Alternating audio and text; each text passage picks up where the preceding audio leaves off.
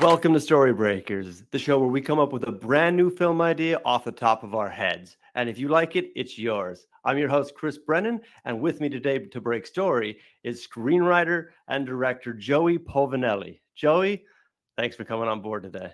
Thanks for having me, Chris. All right. So, basically, what we're going to do, if this is your first time watching this, is off the top of our heads, from beginning to end, we're going to conceive of a story idea and build it together. But before we do it, we have to decide on what the actual concept will be. And there's a few different ways we can go about this. Do we just do it from a series of multiple choice questions? Do you have a concept, Joey, that you'd like to bring on board? Maybe like a loose nugget of an idea or like a one sentence kind of log line? Or I have a selection of ideas as well that I can pull out of the bag in case of emergency, and we can work with that. So to kick this off, Joey, what do you prefer that we do today? Well, I've had one idea for a while where it's something I'll probably never write, but it's an idea that amuses me a lot. So it's called Two Christmases. And the only nugget I have of it is it's like it's a black comedy about like a child who's really kind of sociopathic, who wants his parents to get a divorce so he can have two Christmases. Hey, that sounds pretty good. That sounds like not only like it actually sounds like a good scheme. I wish I thought of that when I was a child. My parents weren't even divorced. I was just like, hey, I just want two Christmases. So the child is trying to break the parents up so that the child can have the two Christmases. So the parents are together. Is that right? Yeah, correct. Okay. Yeah, and it's a black comedy, you say?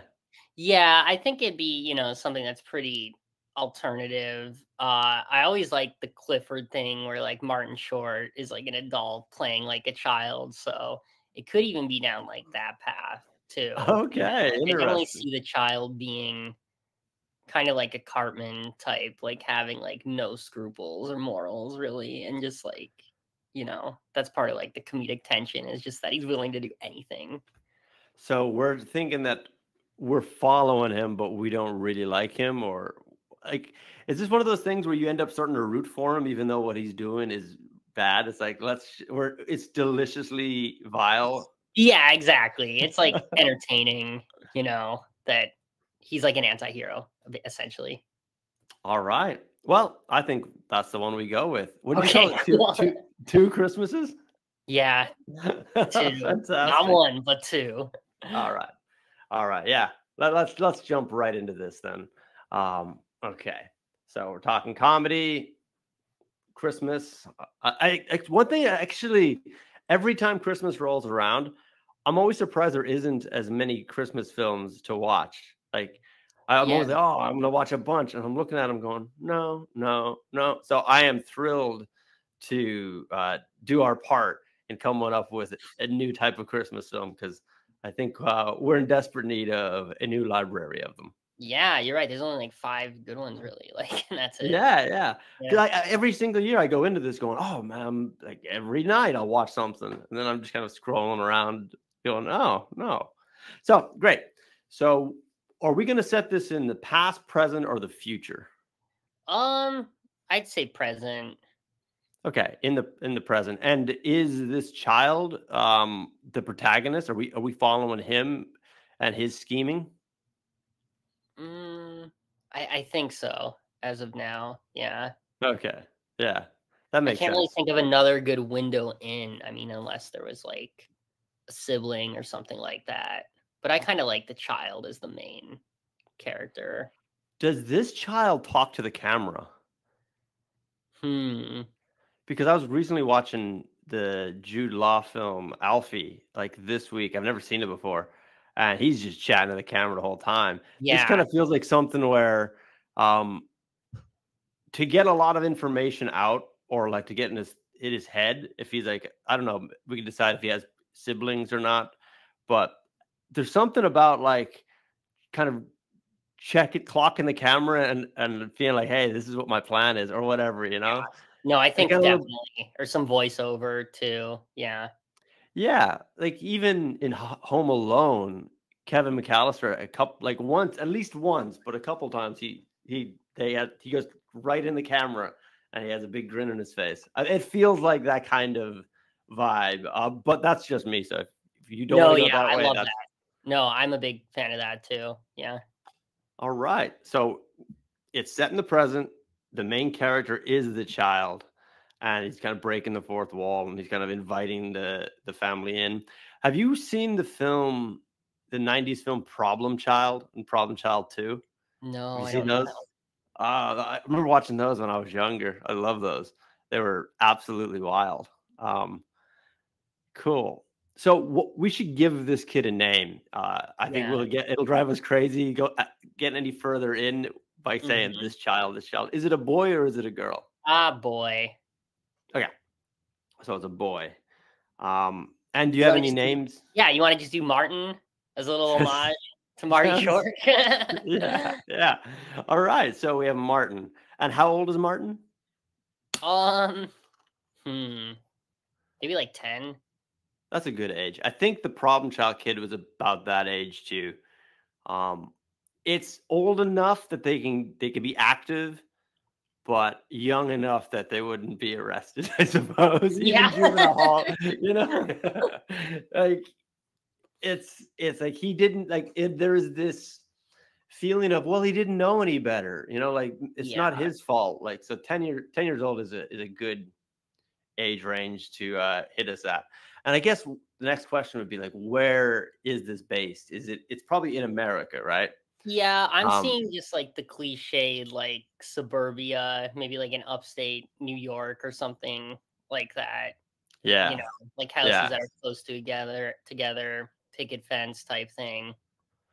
that makes sense. Yeah, you kind of want the staples of the Christmas cliche, kind of Hollywoodized Christmas. Um, is how I'm looking at it, anyways, because we want that familiarity. Because then we're going to insert this basic like gremlin into the mix. That's good. That's good. So then, does Martin have any siblings or any pets? Mhm.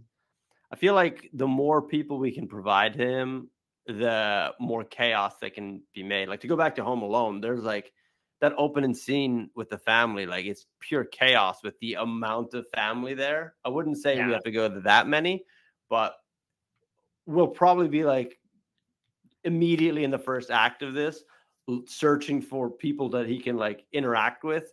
So I imagine Mhm. we do want to give him some kind of siblings. There's also uh I'm not sure how we'll do this, but maybe the parents can like compare him to others, like why aren't you more like her or Yeah, whatever. that's a good idea. Maybe Yeah, they maybe could. like an older sibling just to give him more of a dynamic in like the interactions. Yeah, like Teen, maybe. the like a teenage sister potentially, like kind of Yeah. like the good child, right? To kind of balance out the devil and the Yeah, angel shoulders. that's funny. Like an overachiever older Yeah, sister. yeah, the goody two shoes that is trying, it's just earnestly trying to do well. And maybe her part in this is like trying to make like the best one Christmas. Like she's trying to help the parents.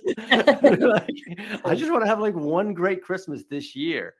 Oh, there's something with that. Like every year, like there's something goes wrong. And I'm not sure about other families, but that was a reoccurring thing in my family growing up with Christmas. Was there was always something that happened that just created drama. A lot of times it was somebody in the family that would just kind of just do something silly, and all of a sudden like there's arguments, and it's like, can we just have one normal Christmas? I kind of hear that statement. Yeah. Considering that we're going to try to have two, it's like, oh, what's better than one? Two. But it's like we haven't we can't even do one right. Hmm. Yeah, no, I think that's a great jumping off point for sure. Maybe a dog too, Yeah, just to yeah, give it. I don't know. I could just see opportunities coming in there for sure. absolutely. Wonderful.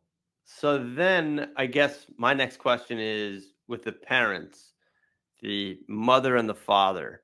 We'll have Yeah. to flesh them out a little bit, probably give them occupations and stuff. But first off, my question is like, do they like each other? Like, is this like a loving relationship that they have that he is going to want to pry apart? or is there going to be a bit of tension there? Or is it kind of like a middle ground, like a more realistic, balanced scenario?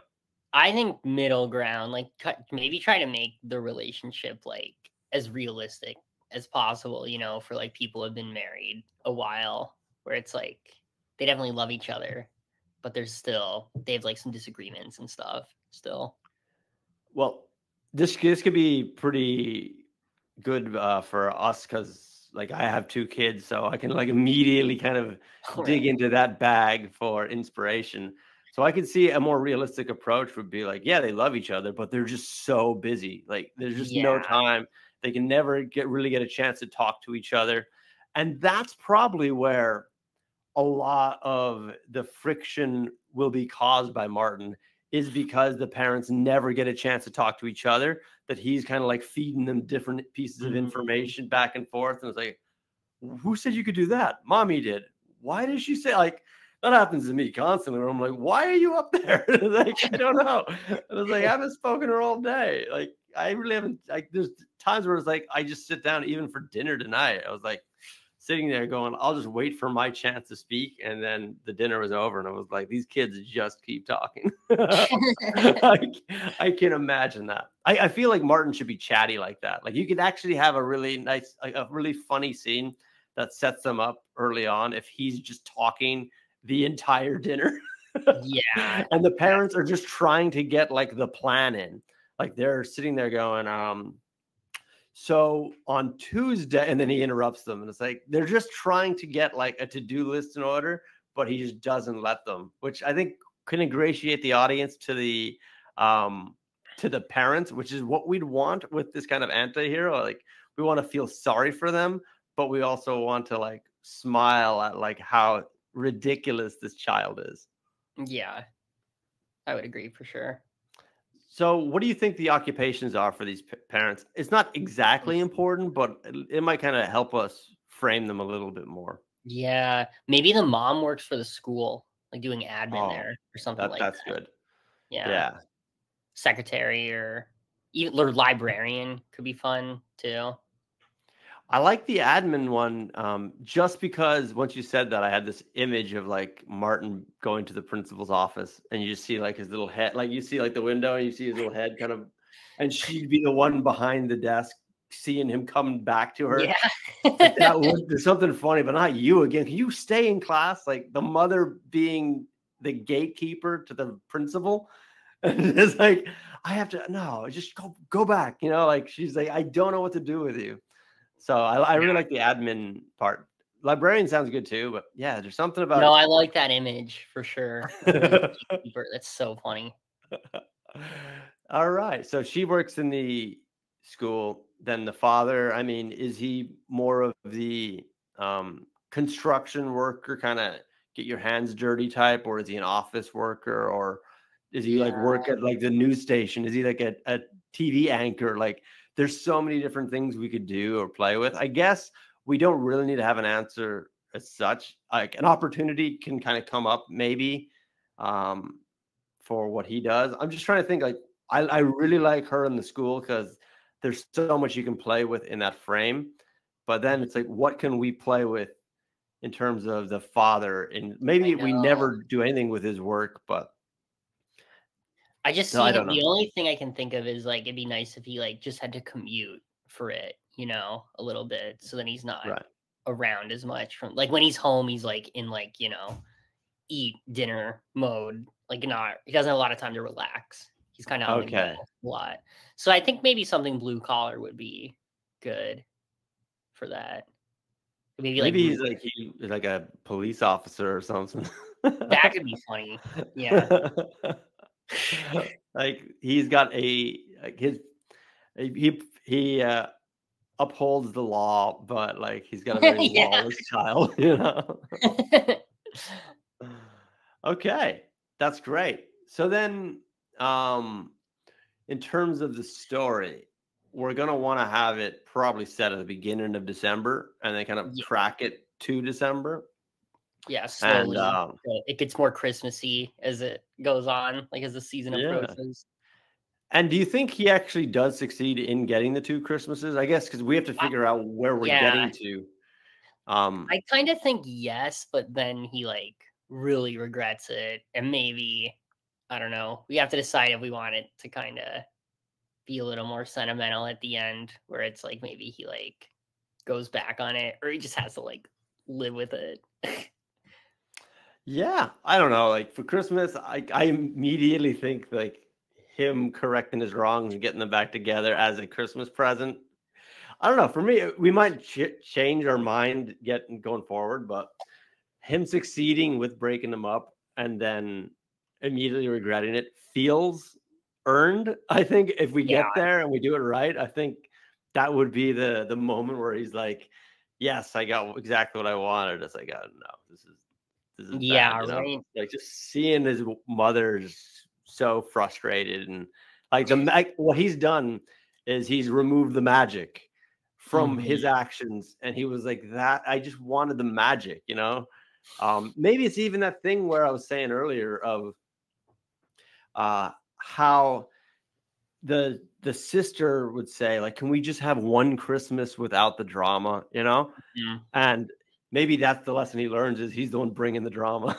So it's Mhm. like you can have one really good one if you just behave yourself, you know, just get Yeah, off the naughty list and have one good Christmas instead yeah, of that's trying funny. to have two Christmases full of drama. Like two bad Christmases, like have one good one instead of two bad ones. But he doesn't think that way at the start. Yeah, yeah, I All think it's a right. good arc for sure. Like, there's a lot of growth to be had with that. Yeah.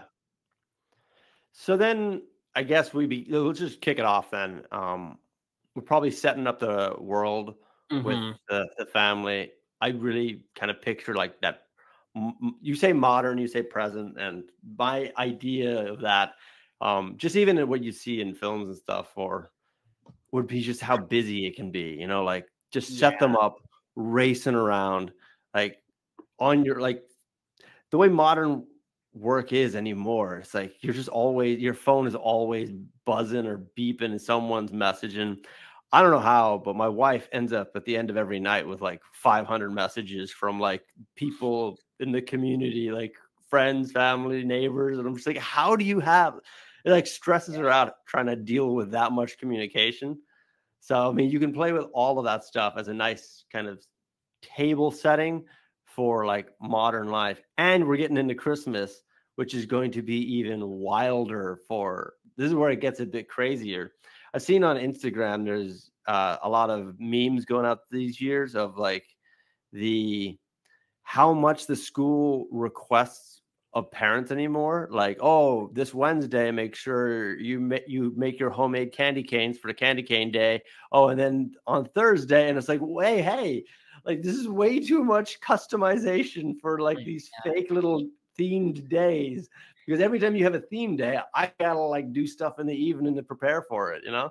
So you can oh have a man, lot of fun with that. So they're yeah. busy and then they look at the calendar and like each of the days leading up to Christmas is like Elf Day. And it's like, oh, God damn it.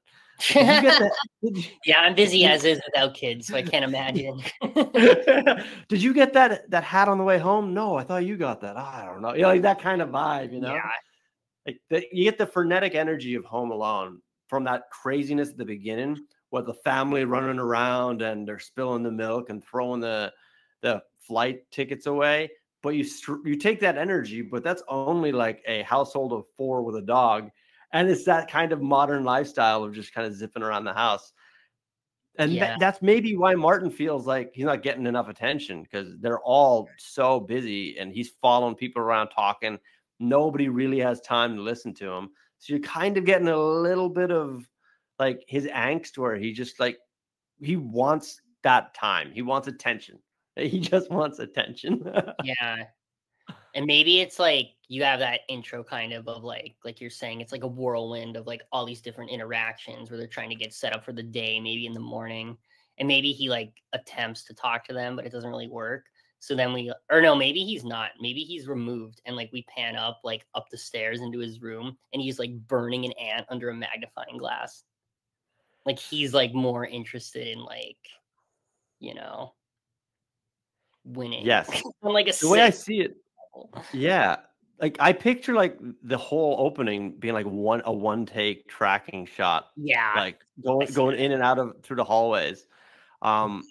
But maybe instead of the burning an ant, it's like you go upstairs and he's about to do something that gets everyone's attention. Or it's Yeah, like that's he's funny. quietly in his room and he's about to like drop the fishbowl out the window or something like Yeah. something just crazy, which it has a nice punchline at the end of this long tracking shot where we've introduced the characters. And it's like, where's Martin? Where's Martin? You know, and they go out the front door and there's Martin on the roof, and they're like, get off the roof. Like, put your pants on. It's time to go to school. Like these kind Yeah. of wild things that distracted boys can get up to at 10 years old, 10 years of age. That could be really fun. That could be a really fun opening. That you can play with the dynamics of what he does, but Yeah. you get the general gist of like that's his motivation, I think, is because that's what he wants to get out of it with Two Christmases, right? He wants the attention of like I get like actually a funny thing too, Joey. I've had other parent friends talk about this too. Like when the whole family's together, it can actually be quite difficult. Like there could be quite a lot of friction. But if I have my own time with my son or with my two kids, it can actually be easier. Or my wife has the same thing. And it's this weird thing where I was like, when everyone's together, it's quite chaotic. But when you're on your own with your own kids, it can kind of be more manageable and they get more of your time and attention. And that feels like he's looking for that kind of like that pure attention. Like if I can just get time with mommy, then I'll get this kind of attention. And then I'm with the daddy, I get that attention. And then obviously I get double the gifts, right? Like, isn't that part of the scheme and the Yeah. mechanisms? I get 2 Christmas trees, I get 2 hot cocos, 2 stockings means 2 gifts. Yeah. No, I love that. All right. So And then we've set that up. yeah. No, go ahead. Yeah. So I'm just trying to think of where we go to next. So we've set Well, it I think we up. get him to school, of Okay. course. And I don't know how we necessarily get here, but I like where if he like gets the idea because he hears like another kid who like his parents just got a divorce and he's like explaining like, oh, I have to go to like mom's, then dad's. And then it like hits the kid like a lightning bolt, you know, like I see almost like slot machine in his eyes, like, and he's like 2 Christmases. Like that's how he hits it. Do we have that thing like Shaun of the Dead where we actually see like his ideal scenario, like a flash forward or a dream like scenario where it's like there he is at mommy's place, like enjoying all the attention, the stacks of gifts, and then like flash cut to like here he is at daddy's place, and he's like there it is, like that's how I Yeah. get it.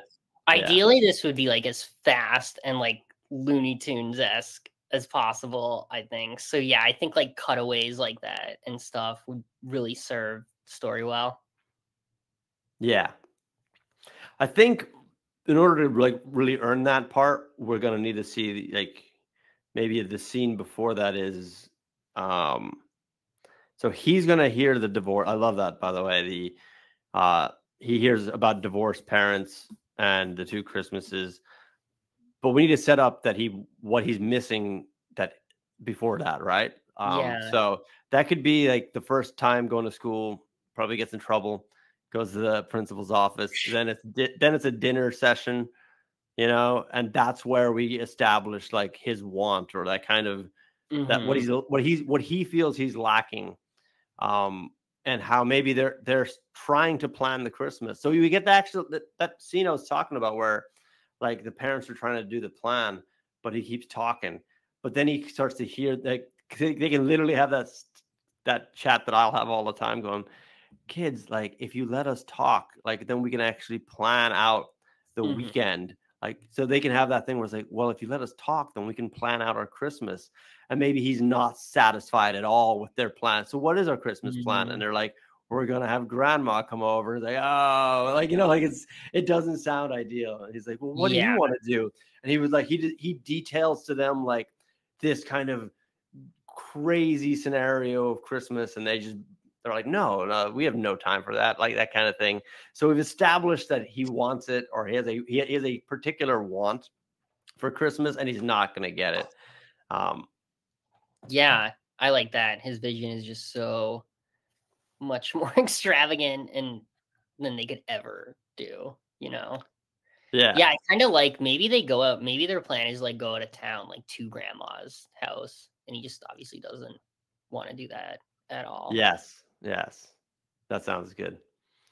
Yeah. So then we get to the school, like you say. Then he overhears the divorce scenario, and then he's like, "Oh, that's the idea. Like that's a great idea." So I think you can clean it up in the first act, but whatever. Well, that's Yeah, sure. we're not here for that session. Yeah, That that's part for of the it. revision, right? What we want to do now is get him into the act of, okay, so now he's got this idea in his head, and is this like we can now also have him talking to the camera as well, because Mhm. that's where I felt like when we kicked this off, immediately I'm like, how do we know like who's he interacting with kind of scheme, and like it could just be us, you know, where he just turns around and he's like, so here's the plan, and like, he's like chatting like Yeah. as he's walking, like maybe he's walking home, or maybe he's like walking and doing like setting up something on fire, like, so you're like, oh, you're just kind of like following him as he kind of does chores, but it's not, it's just like mischief. Yeah. Like throws the dishes out instead of doing them, like stuff like that. Yeah. Yeah. So he's like, so this is the idea. And they basically he describes to us as he's causing chaos in the house, what his plan will be. And so basically what he wants to do is to break up his parents so that he gets 2 Christmases. And then he goes to the calendar and he sees how much time he has to do it, Mhm. right? So he's Yeah. like, so I've got 3 weeks or whatever. It is like I've got 3 weeks to break them up because I need enough time for them to plan individually their Christmases. So they need to break up by like in a week and a half or 2 weeks. So it's this like wild like project management that he gets Yeah. into. Like, well, if they break up after this date, then there's no way they can plan the individual birth Christmases. So then this plan fails. And that could be something that we could even lean into a bit of it. The learning he gets out of it is like how focused and how goal oriented he became. Like he was Mhm. very structured in his plan and he Yeah. succeeded in it. Like he doesn't do his homework. He doesn't do anything like that. It's Yeah. just wild. But like when he puts his focus onto something, like um he's incredibly good at achieving the goals when he's motivated. Mhm. Great. All right. So he's basically detailed what he has the idea. He's detailed what he to us what he wants to do. He's basically set the calendar up. Like we don't see his plan as such, but we kind of understand what the goal is and what the Yeah. dates are and things like that. So now I guess we just got to get into like Yeah. him kicking off his game plan, right? His strategy. Of what does he do? Yeah. I mean, so you just kind of think of things that would like break a marriage up, I guess. And I mean, the first thing that comes to mind is like an affair, but I almost think that's one that should be saved for like, because I feel like you should do a couple attempts, you know, that don't work until one finally does, you know? Yeah, and he's a child, so I think maybe his first attempt should be like juvenile. Like maybe Yeah, he's like you're setting like gossip, like, did you hear what daddy said about you? You know, like this is not gonna work, you right. know. So we'll see him kind of reworking his strategy as he goes. Like he goes up the stairs. What was I thinking? What was I thinking? Like this kind of gossip is not gonna work. I'm going to step my game up. And then he just kind of goes into his room and shuts the door, you know? So we could Yeah, actually kind of have it in this kind of escalating yeah. style.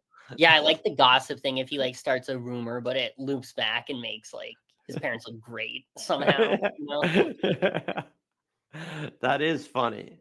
Especially with the school, like the other admins like talking and stuff. If he like, I don't know, he like tries to plant something to like the other admins at the school, but then it ends up making his mom look good. Yeah, I think for the gossip part, the first step would be that he talks to them about each other because he's trying to immediately break them up. I like the idea of getting into the school, but that's Yeah. probably more the Yeah, that's where it goes. escalated version. I think like first thing he'd be doing is like maybe it's as simple and as easy as like just going like you should hear what daddy said about you today. And it's just like like she's doing the dishes going, what did he say about me? And he's like, he says you're not as attractive as you used to be. Well, that's an awful thing to say. And then she's like, honey, come here. Did you say this? And then the husband's like, no, yeah, I did. Yeah, just shuts it down. It's like he doesn't love you anymore or something. He doesn't love you like he used to. And then the father comes downstairs because she calls him. She's like, what did you say to him? And he's like, oh, he didn't say this, obviously, but he's like, well, maybe it is true because I love you more than I did yesterday, but not as much as tomorrow or something. And they're like, oh, and they actually kiss. And he's just standing, like, you can actually see the camera like panning down, and he's just really frustrated while his parents are making out in front of him. He's like, okay, this doesn't work. This was too simple. There's no way this is actually going to work out. So then I think that could be like, now I need to create, what is that called? I forget the word. There's this device. Oh my gosh, it's like at the top of my mind. It's this kind of device where like a marble knocks over dominoes and the dominoes knock over this thing. Rube Goldberg machine. Yeah, that's it. I think that's where we can kind of get to with some of his strategy, like not literally the dominoes thing, but like how he wants to, like, if I tell this person something, then this will happen. And like your kind of idea of going into the school and getting the admins involved, it feels like there's this Rube Goldman or Goldberg. Which one is it? I think it's Berg. Okay. Yeah, that Rube Goldberg machine concept is kind of integrated into this strategy now, where it's like it's too complicated. Maybe that's where like the first one was too simple. This one is too complicated. And as you say, it ends with like the mother looking great and she like succeeds and she's like, wow, I didn't even know I did this. And people are like, this is the kind of initiative, June, that we're really looking for. And she's like, oh, thank you. And he's like, God damn it. Because he needs that tension, right? Like it's like the fun isn't watching him just succeed all the time. The fun is watching him attempt and fail. And in this weird way, the audience will probably get behind him because we're like, he's really trying. So I don't at all believe in what he's trying to do, but he's really going for it. And that's quite an endearing quality that the audiences can kind of. And the sister can also maybe be like a bit of a voice of reason for it too. Like maybe he tries to like loop her into it earlier and she's like not having it or something like that. Or she like just doesn't take it seriously, maybe. I don't know. Yeah, that's a great scene right there. That's early on too. So that's literally where that kind of conversation can be, where he's like bringing her in on this idea, and she's like, can we just have one nice Christmas? So yeah, that makes perfect sense. So she's really trying to. What could that scenario be at the school? We don't have to spend too much time on this. It could be tough off the top of your head coming up with that level of like a scheme, but just kind of a rough idea of what he would do at school. Maybe it's something like he pulls the fire alarm and tries to make it about his mom, but it turns out there was a fire. And so they're like, wow. Yeah. Like, with June's quick thinking, she saved everybody. And he's like, God damn it. Like, and he's walking away and that kind of thing, Yeah. No, I like that for sure. It's funny, and this is probably for later, but if the dad is a cop too, it'd be funny if he like tries to convince the dad that like the mom was involved in a crime or something like that. So that's kind of like the fire thing too, it seems like maybe that's like the start of his idea for that, and that's like trying to make that happen. But I almost feel like it'd be a later in the script thing almost. Yeah, but when you say that, it actually, and you mentioned the affair part, it kind of gives me another scenario where the husband comes home and there is like lingerie out, or no, she comes home. I'm trying to think of a way that he staged it to make it look like a woman was there or somebody was there, but he used his mom's like clothes. Like he doesn't go to a shop and buy like Yeah. these Oh items. yeah. Like he's gonna use the parents' items, and that's just gonna make it look like a romantic evening that he's accidentally set up for them. You know. Yeah. So he's like, I'm bringing them closer together. You know.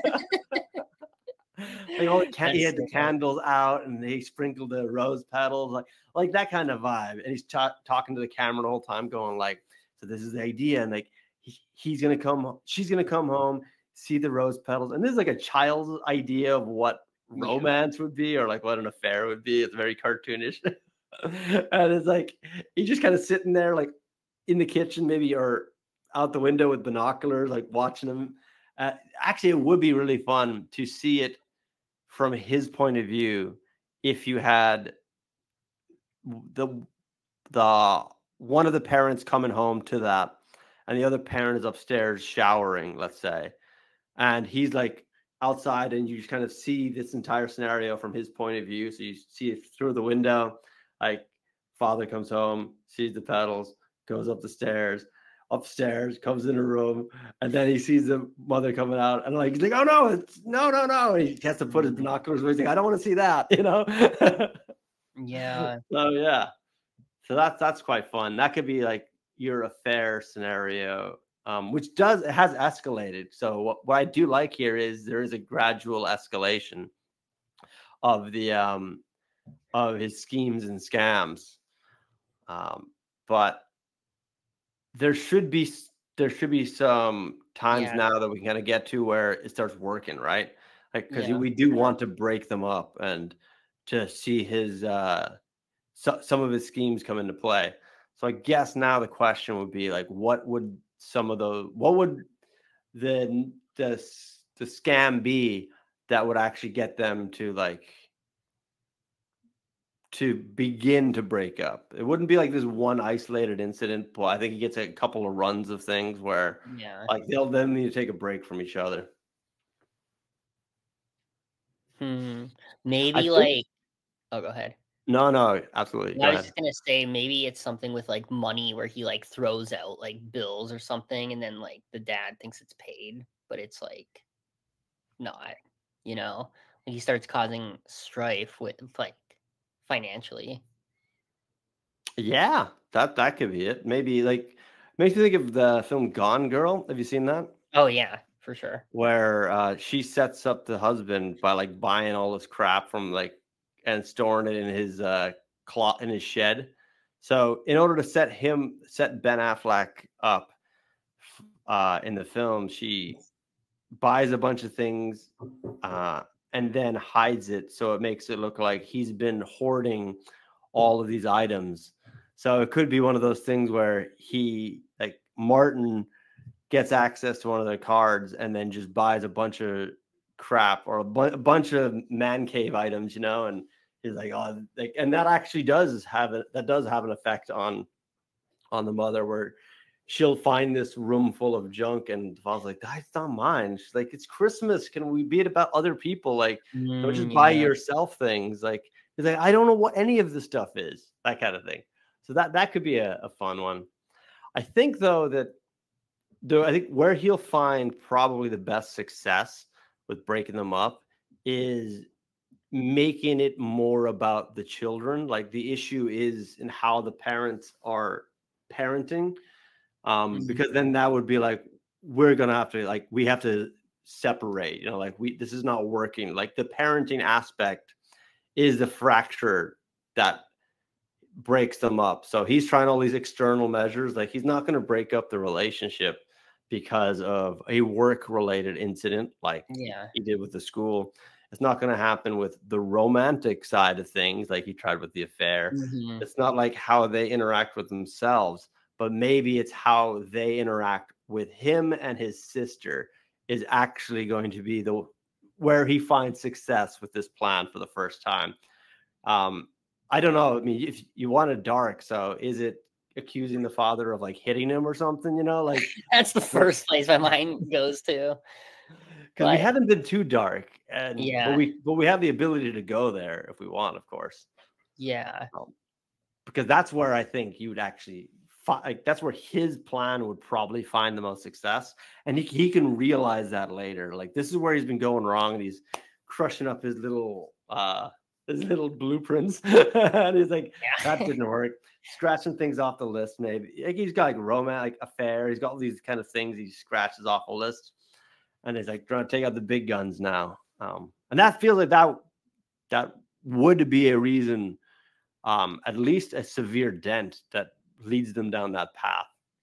So that it could be something like he accuses the father of hitting him. Yeah, or maybe it's more subtle where he doesn't accuse, but he like tries, like he shows up with like a wound that he like made, you know, maybe like blacks his eye out a little bit or something like that, but then doesn't say what it is, and it just kind of plants the seed of doubt for the mom. That's good. And that's him learning too. Yeah. That's really good. So yeah, we'll do something like that. So it causes doubt, but it's subtle. That makes sense. Then we've got to reverse it and give the father a reason to break up with the mother. Yeah. And that's where we're gotta flip it to get the reverse. So he's then playing them back and forth. Is that the spending part? Would that be that part? Yeah. So because there's like there's only a couple of reasons why people like commit crimes. It's like love, money, pride, you know? And so I think if we're going into like maternal instincts and maternal caution, so she's like worried about his safety around the father, that makes sense. Then where else could you go on the other side? It feels like the financial area might work. But and maybe the dad's like, it puts him on a path of like, why is she spending all this money, you know? And it ends up as like, well, he sets it up where the dad thinks it's because it's like a crime related thing, you know? Yeah, it could be something with gambling actually. So it wouldn't have to be buying stuff. Good. Yeah, it could be like, I got to get my kids out of this scenario. Like she's going to spend everything. So I've got to, or I don't know, like it's, again, I think, I'm not sure we're getting the specifics right in this draft, but something with excessive spending, something with a kind of a gambling thing. You might even set it up earlier that she has a history of this, and that's where Martin finds out and starts to exploit this history of that. You know, you could even have that with the father going, maybe he had anger issues in the past. So when Martin finds their weaknesses, he exploits them to success. And they do feel like substantial enough things. Like I don't imagine like, in these weeks he's going to get them completely separated, like we're divorced, but he's going to get enough to get a break. Like we're going to spend Christmases apart, and he's like, yes. Like, and now he fears this might be a permanent thing, you know. And like once it happens, the reality of it, then he turns around and he's like, this is not what I wanted. But I think that's as much as he's going to succeed with, is getting them to take a break, basically. Yeah. And maybe like the moment, I like it if it's like a big public blow up eventually. Like maybe they're at like a Christmas party at like a friend's, like before, once, you know, we have a couple things that have kind of started to sow the cracks, and then it accumulates with him just like pulling out all the stops at this party, and it ends with them just like screaming at each other, essentially. Oh, I like it. Yeah. So would that be at a neighbor's family Christmas party? Would it be at the school party? The mall? I kind of picture a fake Santa in the mix for some reason. Oh, yeah, that's good. Yeah. Maybe it is like That's kind of weird, a party at the mall, though. Maybe it's a neighbor's party where they just have like a Santa there. Yeah, they dress up the father, the neighbor who is a father. This is what he does each year is he's the Santa Claus. You know, Yeah. there's some neighborhoods have that kind of this guy's like every year he's the Santa Claus. So that's what they do. I don't know where to go with that, but I feel like we're just I putting know that something. seems good They're for just sure. like just put this here, and I'm sure we're gonna figure something out with this Santa Claus. Even for the end punchline where everybody's standing there shocked and just Santa's standing there like, Yeah. it just Still in feels like character. it just feels like if at the bare minimum, just this kind of accent at the end of the punchline. I don't know. Yeah. But yeah, so I like that it'll be a blow up, and I think it makes sense. Neighbors Christmas party because you've got the community around, you've got other parents, other children, the Christmas vibe, and it feels like a public shouting that to be very simple. It's just like they break up like right there and then, and it's probably they kind of build up intention that he started ratcheting up based on those two principles of like the abuse and the gambling or the financial issues that Yeah. he's been kind of racketing up the tension, and he starts seeing them kind of quietly bickering because parents can do that in public. We're like, maybe we don't talk about this now, maybe we do talk about this, like no, like, you know, and he's standing there like ching ching ching ching Yeah. ching, ching, ching. Yeah, and maybe it's like at one point at that party they might actually realize that the stories don't make sense. So then he distracts them or he kind of adds fuel to it. Like, have you seen Mrs. Doubtfire? Yeah, for sure. There's this really great scene. I think about this even when I think about this scene a lot actually in scripts and screenplays that I'm writing that have nothing to do with it. Just the concept of the scene where Robin Williams is at dinner as Mrs. Doubtfire and as himself, but he has to keep running to the bathroom and changing and drinking, so he ends up showing up at the wrong table, and like this kind of frenetic energy of running back and forth. I have a feeling that this scene could have that kind of vibe to it, where it's kind of crescendoing towards like his goal, and he's like, oh, but they might figure it out, so he has to like kind of run around the place and kind of make sure they don't find the truth, but kind of push them more towards the conclusion that he's hoping they eventually both reach. And at the end of this scene, he gets them to that point where he's like, okay, go, okay. And he's sitting there going like, two Christmases, two Christmases, two Christmases, two Christmases.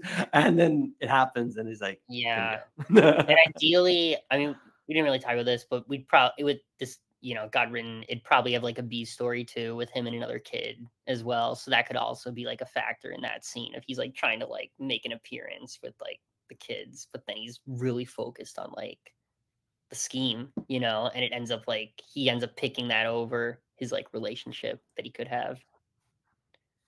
What were you thinking for B story? We don't have to go back and really flesh it all out, but I mean, that is a nice nice flavor to add. you were saying something about what was that? You were saying about the B story could involve him with other kids. Did Yeah, you I have think it something should that be just struck something your with mind? like the friend.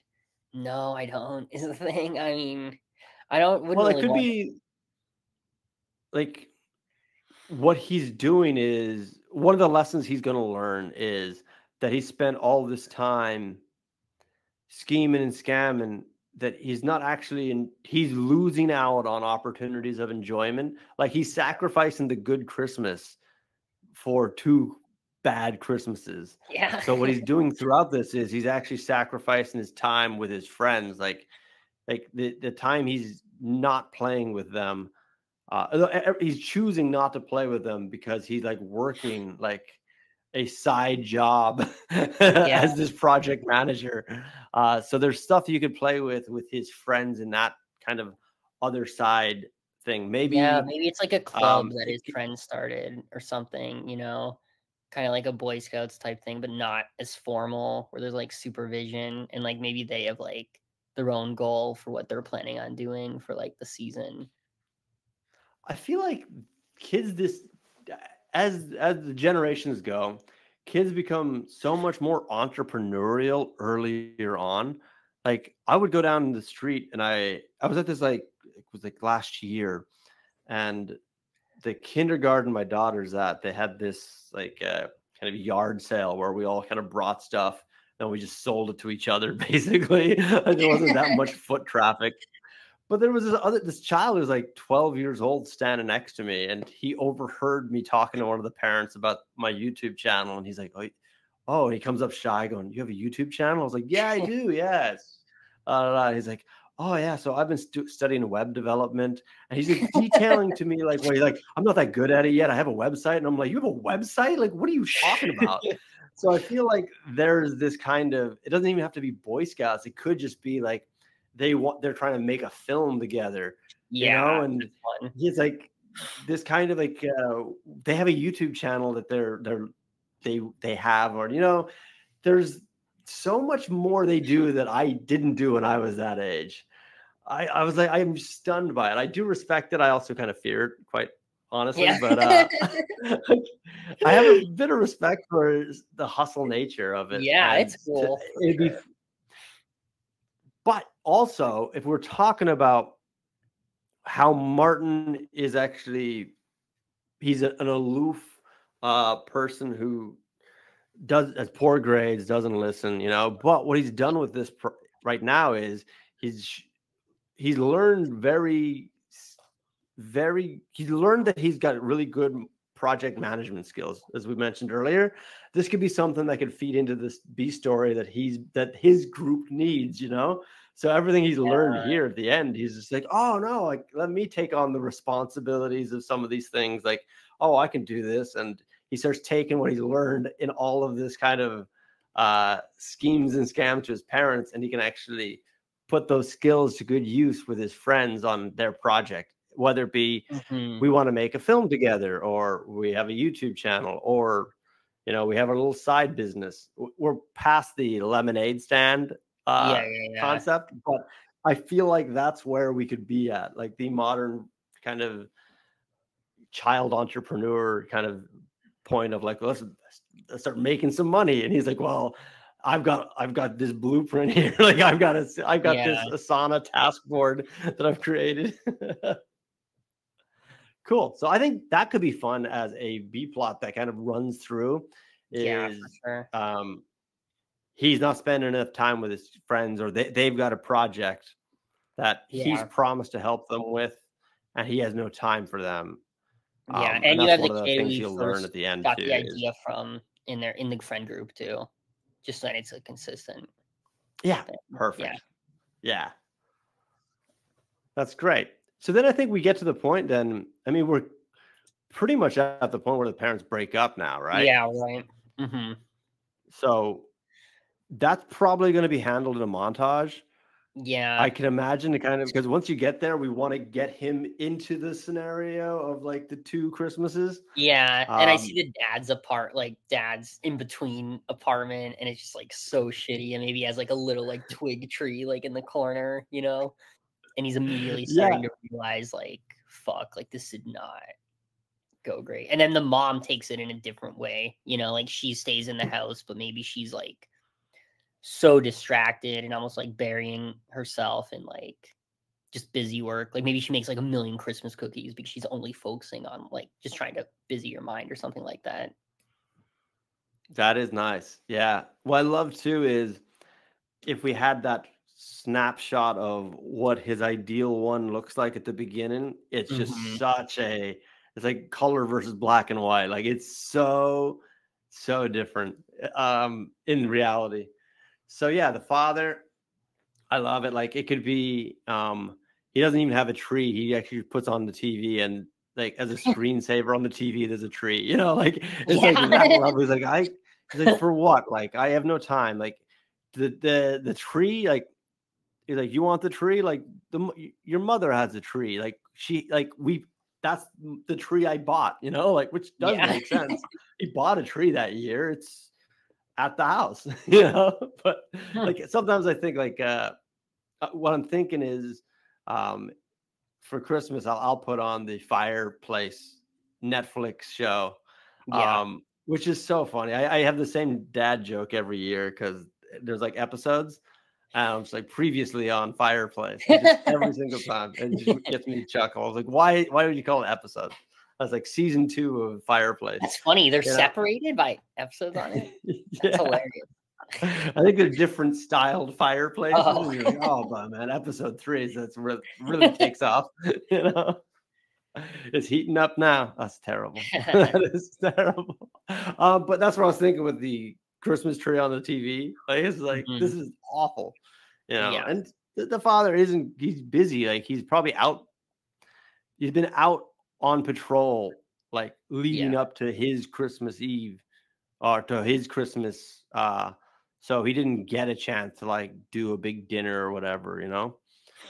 So it's kind of like takeaway food, which is okay, but you know, it's very, there's no magic to it, right? Like, and that's what we wanted to get to is like the lack of magic. Like, it's the father's too busy and the mother's sad. Like, shit, like, of course the father's sad too, but I just kind of want to play off of like these different kind of emotions and having the father who's just at work. And it's actually nice that he's a cop because it doesn't mean, hey, you're off work until like the first Monday of the new year. It's like, no, he's probably working up until at that point.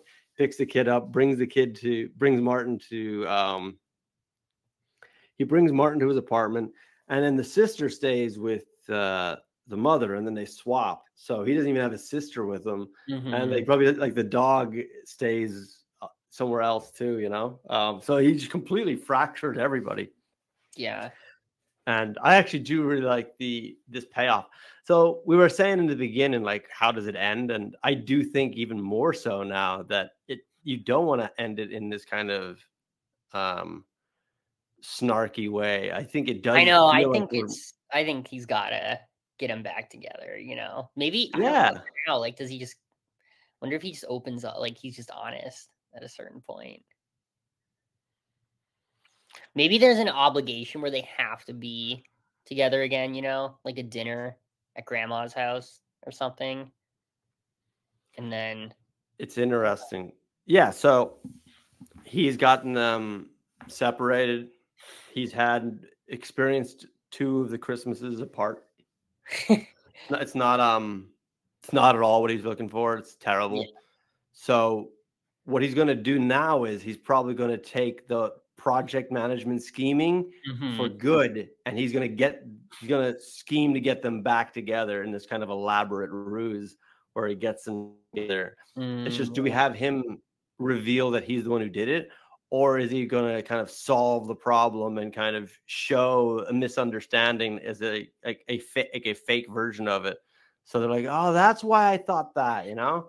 So he's like, so if he had bruises on his face, he comes to his mom and she's like, oh my God, it's still happening. And he's like, yeah, it's that kid down the street. And it's like, I thought that was your father. He's like, I never said that, you know? And it's like, that's so funny. No, he would never hit me. I love him. Like, I really miss us, you know, like, and he's now taking that energy and he's using it for good, you know? And there's something comical about that. And there's a bit of snarkiness to it too, because he didn't actually admit that he did anything, you know? Yeah. And then with the dad, he can probably be like, oh, I'm so sorry. I was like playing like these games or whatever, you know. I don't know. He was racking up like charges for, Yeah. And he's like, so I found this game. And the father's like, that's not a game. That's just gambling. Like, that's just like that's where all the money went. I thought your mother did it, Mom. No, she doesn't do that at all. Like, she tells me you should never play with that, you know, that kind of thing, you know. Yeah. So I like the idea that he takes ownership of it as well to them, but doesn't confess that he schemed to, like, so it's like it was him. But again, this is where the 10-year-old works out that it's like, oh, you can't punish. Like, he was just kind of a bit naive, that they see him as more naive in this scenario. Yeah. No, I like that a And lot. then to go for that last cherry on the cake, he needs to also have orchestrated that they meet each other. Yeah. You know, like it isn't just enough where they make the decision to meet. It's like they're like, I don't know, like I feel like having the father say, like, I feel like such a heel for like how I treated your mother. And it's like, and the kid's like, it's okay, Dad. Like, I understand. Yeah. You know, and I was like, you little, like, I Right. cannot believe like you did this. Just admit it. And he just won't admit it, but he's now orchestrated the reunion. Yes. So it's that. Maybe I bet it would be something with the B story, like maybe if there was like a show that they ended up doing or something like that, then they could get both the parents there. It's true. I mean, that is that. Whatever. Like it's whatever we want it to be. Now I'm thinking because of YouTube channel and because of Make a Film, it's probably a stage play. Yeah, So right. maybe it's not even. It might not even be school related. My thought process was, oh, but the school will be closed by this point. Why would they have the school Yeah. play on now? But it could be like a play that the kids put on in the area. You know. In like a backyard or something. They like made the stage like in a Yeah, backyard. yeah. That kind of thing. And he gets them together, and he's joined that crew again. So he gets on stage, and they're watching him, and they're like, "Wow, look at him, he's amazing." And the audience, like us, the audience, are watching him, going like, "This little guy caused so much drama," and then, but also, we were saying before how one of his goals was to get attention. Now he's on stage and they're all watching him and cheering him on. And he's just like, he turns to the camera going, nah, I got what I wanted. Like I got the attention, I got this, that, and then he gets extra gifts because he did well at his side show project. So it's kind of like where you'd want to get to, or where we could get to would be that he gets what he wanted because he started behaving and doing well. So that kind of he stopped being naughty, and then he got on the nice list, and now he gets the gifts because he's on the nice list. The nice list. There's something quite poetic that you could get to in this scenario. And it's very, very Christmassy too. The act of giving, the act of being a good person, and then getting the rewards for it. It would be kind of like sentimental at the end, get my heart a little bit. Yeah. And then you cut to the real Santa moving him over to the nice list. Good job, Martin. Yeah. Yeah. And then maybe you have this last bit where he's just like, but what about 2 birthdays? And it's like, yeah, I was thinking that too. Like in the end, like the implication that maybe he like didn't fully learn, And you get it both ways. Then you get the snarky ending, and also, you get them back together, and it's rewarding too. Yeah, it's like, oh my gosh, the one thing he didn't get is like this one toy, and it's like, oh, maybe for your birthday. And he's like, what's better than your birthday? And he's like, 2 birthdays. Yeah. And you cut to black then, and it's like, oh yeah, as you say, you get the snarkiness, and it's like, you learn to a degree, but you are who you are. Yeah. I love that. And yeah, I think that's pretty much it from beginning to end, right? I think that pretty well wraps it. It's a fun process for sure. Maybe one day when I write this, I'll pull up this episode again and use it as a jumping off point. Well, that's actually what happens before. So we used to do this podcast as its own standalone podcast a couple of years ago. So we did about 100 episodes.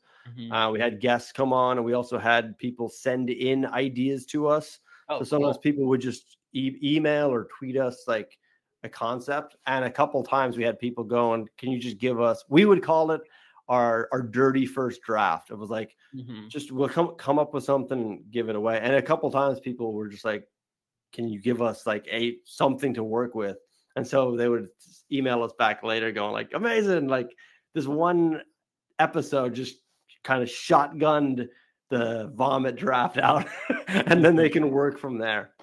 Which is how I always like to imagine these kind of things are. It's like, this is the first thing, is just like you're pushing sand in the sandbox for this one. And then you can come back later, finesse it, fine tune it, and take it from there. Yeah. Cool. Well, this is really fun. Yeah, I enjoyed that. And Yeah. hopefully this would be a new addition to that Yeah. Christmas the Christmas Christmas canon. library. Yeah, yeah. To do our part with it. It's actually the second episode, Christmas themed episode that we've done in our revival of the Storybreakers concept. Cool. So right before Christmas, myself and Paul Bush did a like Elf on the Shelf horror film. So Nice. it was basically Paranormal Activity with Elf on the Shelf. And it was like, oh, this is not an elf at all. Dun dun dun. Well, yeah, so that's it. That's a wrap on it. What is it? 2 Christmases or double Christmas? 2 Christmases. 2 Christmases. All right. Is there anything else you'd like to say for people who want to follow you? Any kind of links or anything people should check out? Yeah, sure. JPEG Productions is the production company name. So you can see us on Instagram there. We're currently still promoting our horror short film, which premiered last year, but we're finding an online home for that right now. And then in the towards like November, we're actually going to do a live show. So anyone who's out here in LA, we'll be doing a live show called the Martini Hour, which is going to be a variety show, which highlights different like stand-ups, musical acts, and then it's pretty much all like just really offbeat sketch comedy in between. So you guys catch that soon, and it'll stream live on the internet as well. So there'll be copies for everyone. Oh, excellent. What is the name of the horror short? Enteritis Infectus. Okay. Yeah, it's about a girl who gets obsessed. She invents a new kind of mushroom and gets super obsessed with it and ends up overtaking her apartment. And we made out the mushrooms are all practical effects. So it's just that like late night, like Cronenberg, Sam Raimi type feel. Yeah, I'll send it to you after this for sure. Yes, absolutely. That sounds great. Okay. Well, thank you so much, Joey, for taking part in Breaking Story with me. And for the audience, thank you guys for watching. If you like this, please on YouTube, like, share, subscribe as well. And I will see you next time for another Storybreakers episode. Take care, guys.